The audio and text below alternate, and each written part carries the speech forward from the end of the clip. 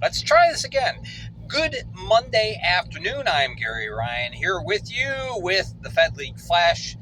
And this is news of the day. We got a few transactions, and more importantly, I have clarification because there's been a lot of confusion as far as eligibility for playoffs and all that kind of stuff. So we'll get into that, but we're going to talk about the transactions first. Okay. Some of these transactions are not going to be popular with some people, but I'm just the messenger. Don't shoot me. Okay, Justin Browson has been waived by the Delaware Thunder. That means diddly squat for everybody else because he's not eligible for the playoffs. You have to play 15 games in order to be eligible. There's only 4 games left in the year. If you're Watertown or Elmira, it's 5. So that just doesn't add up. So Browson, yeah, he's been freed. For a while we had the hashtag Free Browson. Well, yeah, he's free, but yeah, not gonna matter for this year anyway.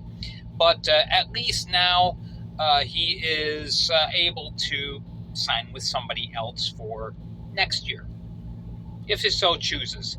Obviously, he's done his paces in the FPHL. He may decide to see if there are opportunities elsewhere, Europe or the SPHL, something else. So we will see. All right. Delaware also signed Asa Patton. It didn't get announced in the transactions until today, but he had actually gotten signed before the weekend, and he played 2 games for Delaware. Defensiveman. He had 3 goals and 12 assists in 91 games played for French River of the Northern Ontario Junior Hockey League. So he's one of those juniors players. Also, Delaware today have claimed Taylor Cutting. So it's a bit of a curious move in that, Delaware is not going to the playoffs, and, we could potentially be looking at the end of the franchise after this year wraps up. So, of course, that is speculative. I'm hoping not, but anyway. Taylor Cutting going to be a member of the Thunder, apparently. Now, he's been claimed. Whether he has signed yet or not, that hasn't been posted. So, as you know, Taylor Cutting started the year with the Binghamton Black Bears and then was traded to the Motor City Rockers for Everett Thompson. Both players ended up getting waived after they were traded, so the whole thing kind of washed out. All right, other transaction news. Carolina removed Kelly Curl from the E-Bug status. Cavalier still battling an injury, but right now Carolina does have healthy goaltenders and eligible goaltenders in Greg Hussey and Boris Babic. So Curl was no longer needed as an emergency backup. Okay, so now we get to clarification about playoff rosters, eligibility, all that kind of stuff. I put a call in to Sarge. Some of you may know who I'm talking about. That's Andrew Richards. He is the vice commissioner of the FPHL. So I thank you very much, Sarge, for clarifying things. So here's what we got. Okay, for regular players, players that you've seen most this year, 15 games are required for eligibility for the playoffs. Just as an example, Gus Ford, obviously eligible. Binghamton's Don Olivieri, not yet eligible. He's got to play in 3 more games to be eligible. Now, as far as college signings and junior signings, many of you have noticed in the rosters, like if you click on a player, Elmira claimed signed Joshua Sanchez. Who's this? And you'll see rookie-C next to in the bio. That basically means collegiate or juniors player. Now, obviously, we've seen quite a few signings throughout the league with this type of player. They have to play in 5 games in order to be playoff eligible. They play in the 5, they're good to go.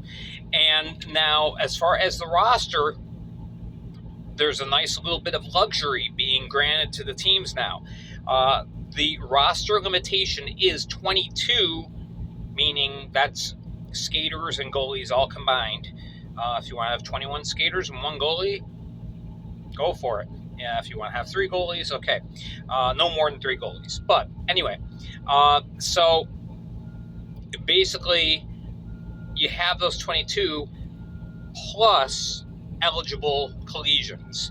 Now, using the Black Bears as an example, a few weeks ago they signed Justin Samaro and Andrew Logar. They have participated in 6 games so far, so they are eligible. Connor Smith and Brendan Stanko still need to play in 3 of the remaining 4 games in order for them to be eligible.